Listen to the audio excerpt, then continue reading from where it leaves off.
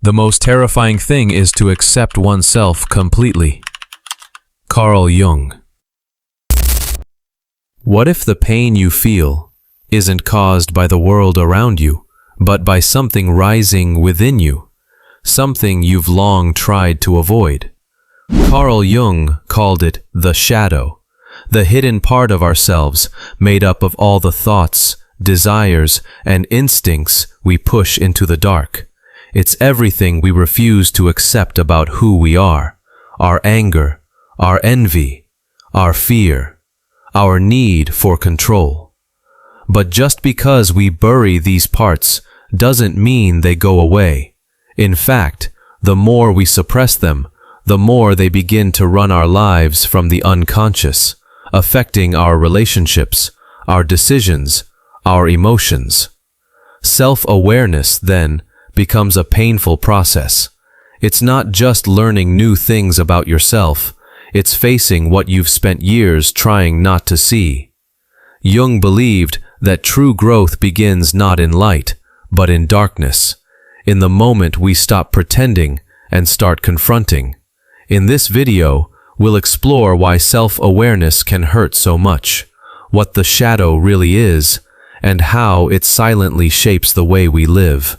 We'll look at how it shows up in projection, emotional reactivity, repeated life patterns, and how Jung's insights offer us a way to face it, not to fix ourselves, but to become whole.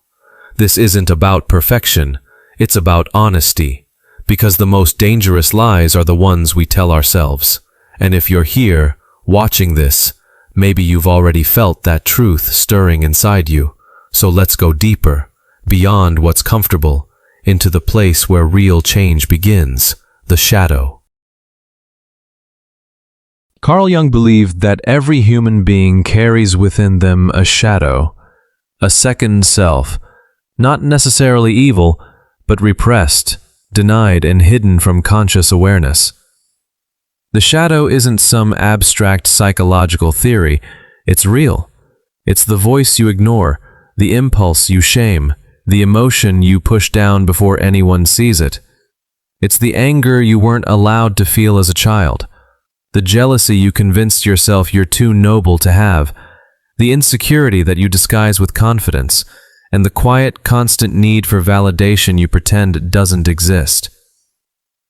Jung described the shadow as the collection of all those aspects of the self that we judge as unacceptable, everything that doesn't align with the image we want to project to the world. And so, we bury them. We push them down into the unconscious, thinking we've erased them, when in truth, we've only made them more powerful. Because what we don't confront doesn't vanish, it festers. The shadow is not inherently bad. It's just raw, unfiltered, and unapproved. It includes our rage, yes, but also our passion, our jealousy, but also our competitiveness, our fear, but also our sensitivity. These traits don't disappear when we disown them. They go underground, driving our behavior from the shadows. And here's the real tragedy.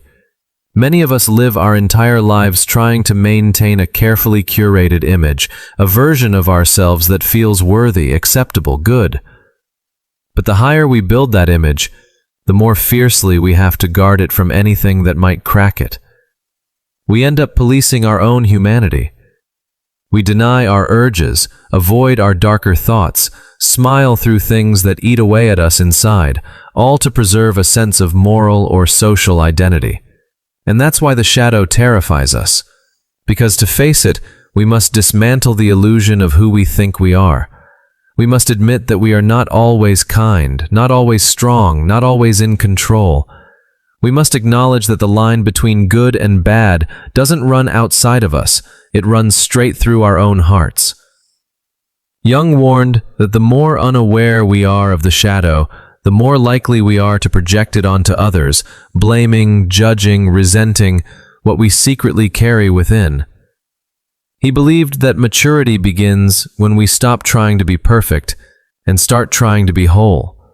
And wholeness only comes when we integrate what we've rejected, when we sit face to face with the parts of ourselves we swore we'd never be. That's the shadow. The truth of who you are when no one's watching. The you behind the image. And the reason most people never go near it is because they'd rather live a comfortable lie than face an uncomfortable truth. But you, if you're still listening, maybe you're ready to do what most won't. Not because it's easy, but because it's real. There is no coming to consciousness without pain. Carl Jung. There's a moment, quiet, often unremarkable on the outside, when something inside you shifts. You see yourself more clearly than ever before, and it doesn't feel good. In fact, it hurts. And not the kind of pain that stings and fades. It's the deep, soul-level discomfort of realizing that you've spent years, maybe decades, running from your own reflection. Self-awareness, in its rawest form, is not inspirational. It's disruptive. It shatters illusions. It strips away the comforting stories you've told yourself, that you were the victim, that you were always right, that your intentions were pure. In that moment of awareness, you see how you've contributed to your own pain, how you've repeated patterns, sabotaged relationships, betrayed your own values, not because you're broken, but because you didn't know what was really driving you. And now you do. That's why it hurts, because awareness costs you your innocence. You lose the luxury of blame.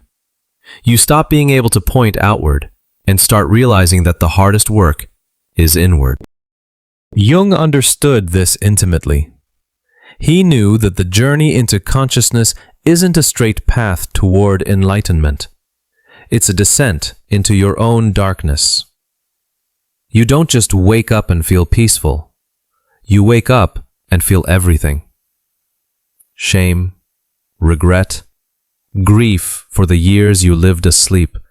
But here's the paradox. That pain is not a punishment. It's a passage. It's your soul breaking through the walls of denial, that ache you feel when you start to see yourself honestly. That's the tension between who you've been and who you're capable of becoming.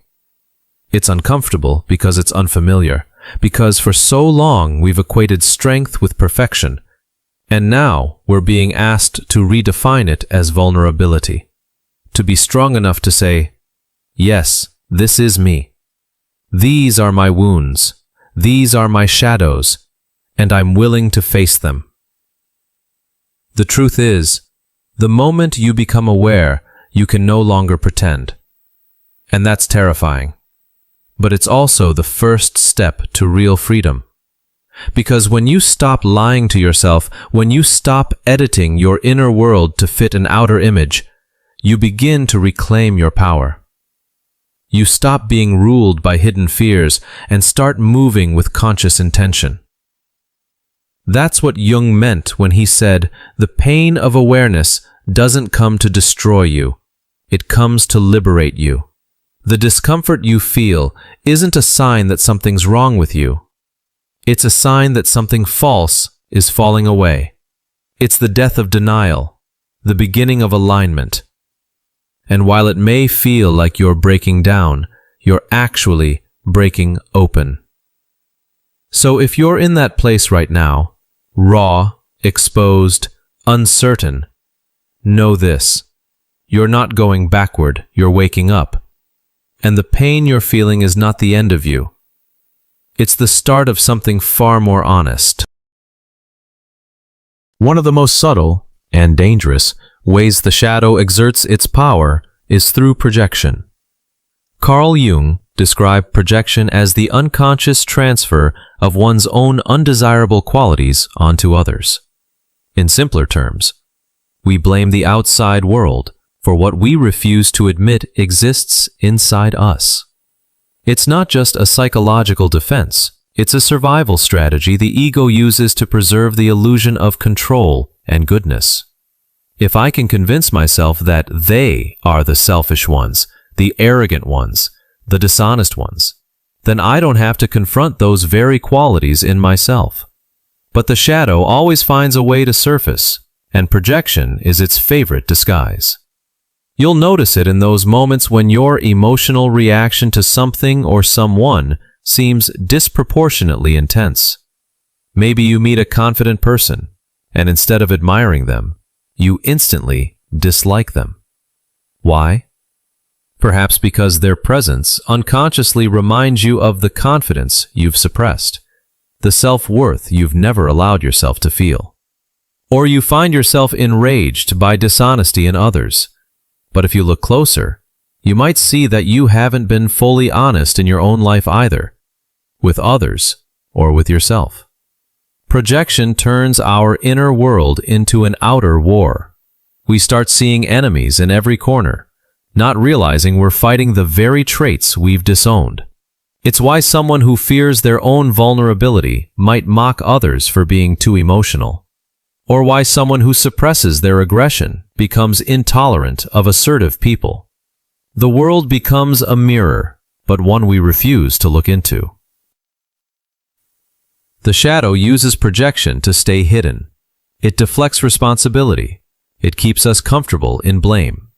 And the more unaware we are of it, the more we live in a constant loop of emotional overreactions, damaged relationships, and recurring life patterns that seem to happen to us, when in fact, they're being created from within.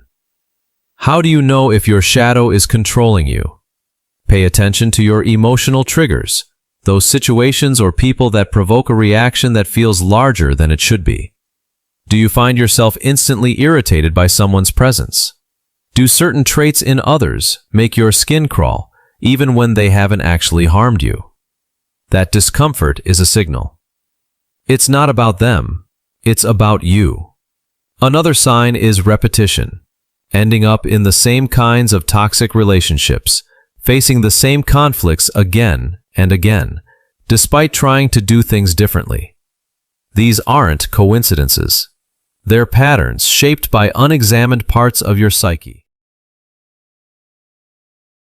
The shadow repeats what you refuse to resolve.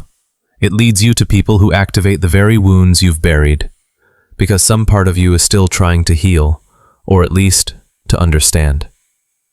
The most humbling realization on this path is that the people we judge most harshly often reflect something raw in us. That doesn't mean they're innocent or that we must tolerate harmful behavior.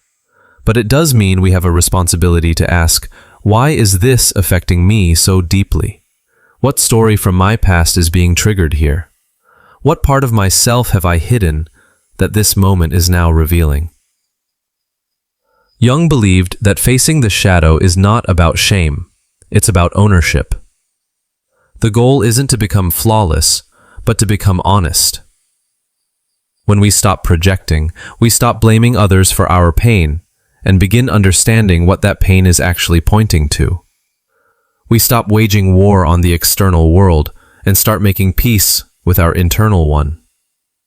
And that's when transformation begins, not when we finally escape the shadow, but when we're brave enough to recognize it as part of us. Shadow work doesn't begin with techniques. It begins with courage. The quiet courage to admit, I am not perfect.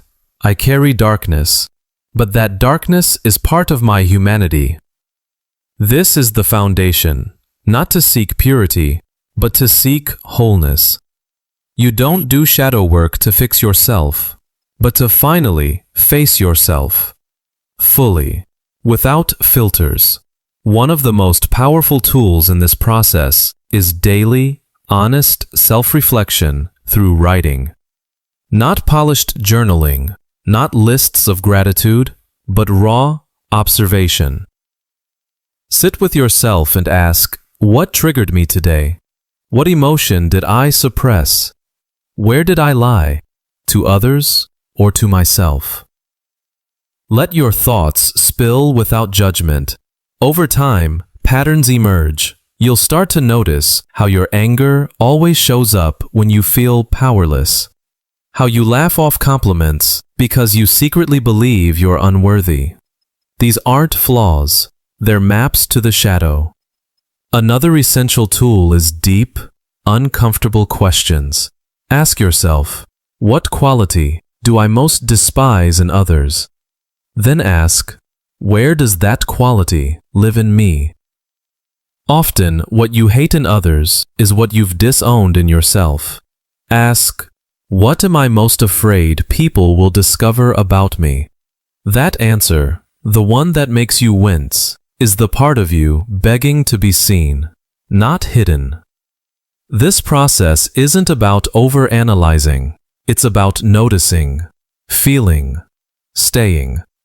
And perhaps the most transformative habit in shadow work is catching yourself in projection. When you feel unusually irritated by someone, pause. Ask, why does this bother me so much? What part of me is being reflected here? That pause, that inquiry, is where growth begins. It's not about excusing harmful people or romanticizing pain. It's about owning your side of the story, your reaction, your wound, your history. It's in that ownership that you reclaim power. And here's the truth most people avoid. You don't get to get rid of the shadow. It's not a virus to delete. It's a part of your psychological ecosystem.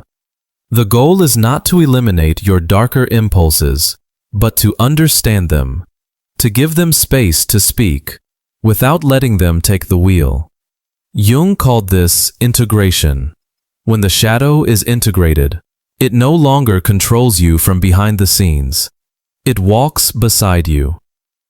You learn to recognize your anger without being consumed by it. You acknowledge your jealousy and ask what it's teaching you. You witness your insecurity and offer it compassion instead of shame. And something incredible happens. You stop splitting yourself into pieces.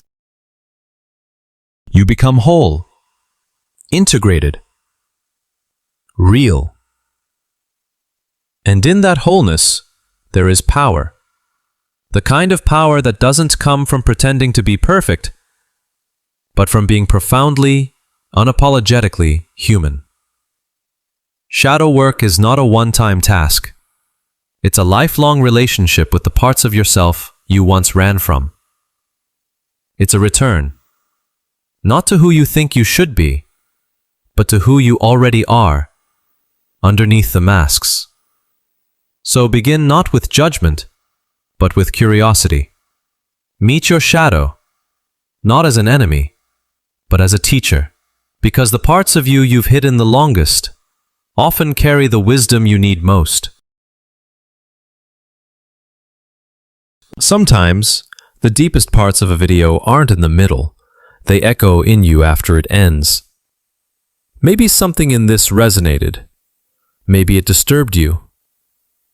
Either way, that discomfort means you're paying attention. Facing the shadow isn't easy. It's uncomfortable, disorienting, and often lonely. But it's the only path to true inner freedom. The kind of freedom that doesn't come from trying to be good, but from allowing yourself to be real. Jung never asked us to be saints. He invited us to be whole, to see ourselves fully without flinching. Because only then can we stop running, stop projecting, stop performing. As he said powerfully, I'd rather be whole than good. That's not a call to abandon morality. It's a call to reclaim authenticity. So now I want to hear from you. Have you ever seen your shadow staring back at you? What was the hardest thing you had to admit about yourself? Share your thoughts in the comments. Your story might help someone else feel less alone. And if this video spoke to you, send it to someone who needs it. You never know what it might awaken in them.